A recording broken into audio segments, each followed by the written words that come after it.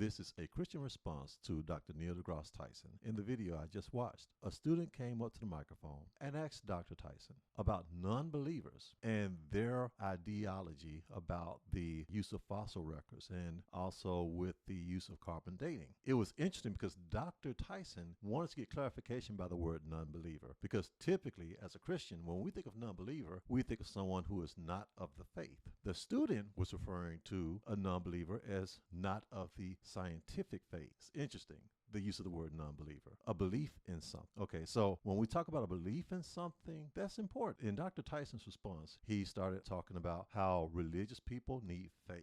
But the problem with their faith is that they need data to support their faith.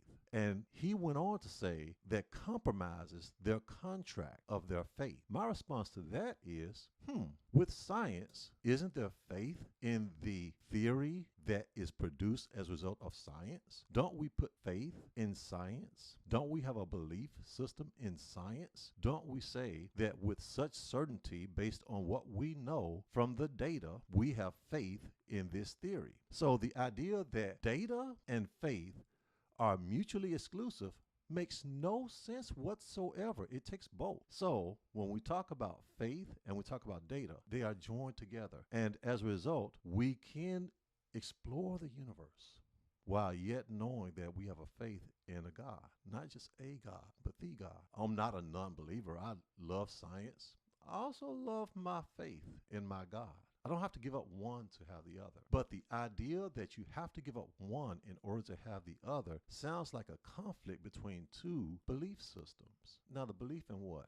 If you say a religious belief, then you point to a God. If you say a scientific belief, from their ideology, it's the faith in the data. And we all know that data can be compromised. I would submit one thing. If you have a scientist who does not have values in terms of ethical reasoning, there's far more harm that's produced as a result of that. And how so many people have lost lives as a result of bad scientists who are doing unethical things.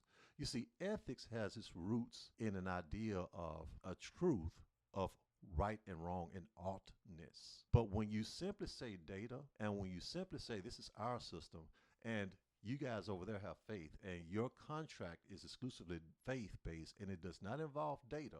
Let's be honest. This whole mocking religious people because of their faith, it's kind of a contradiction. Yeah, it is. It's a contradiction. It's disingenuous on the behalf of the scientific community, because many within the scientific community have a purpose, have a mission. And that mission is for the rest of us.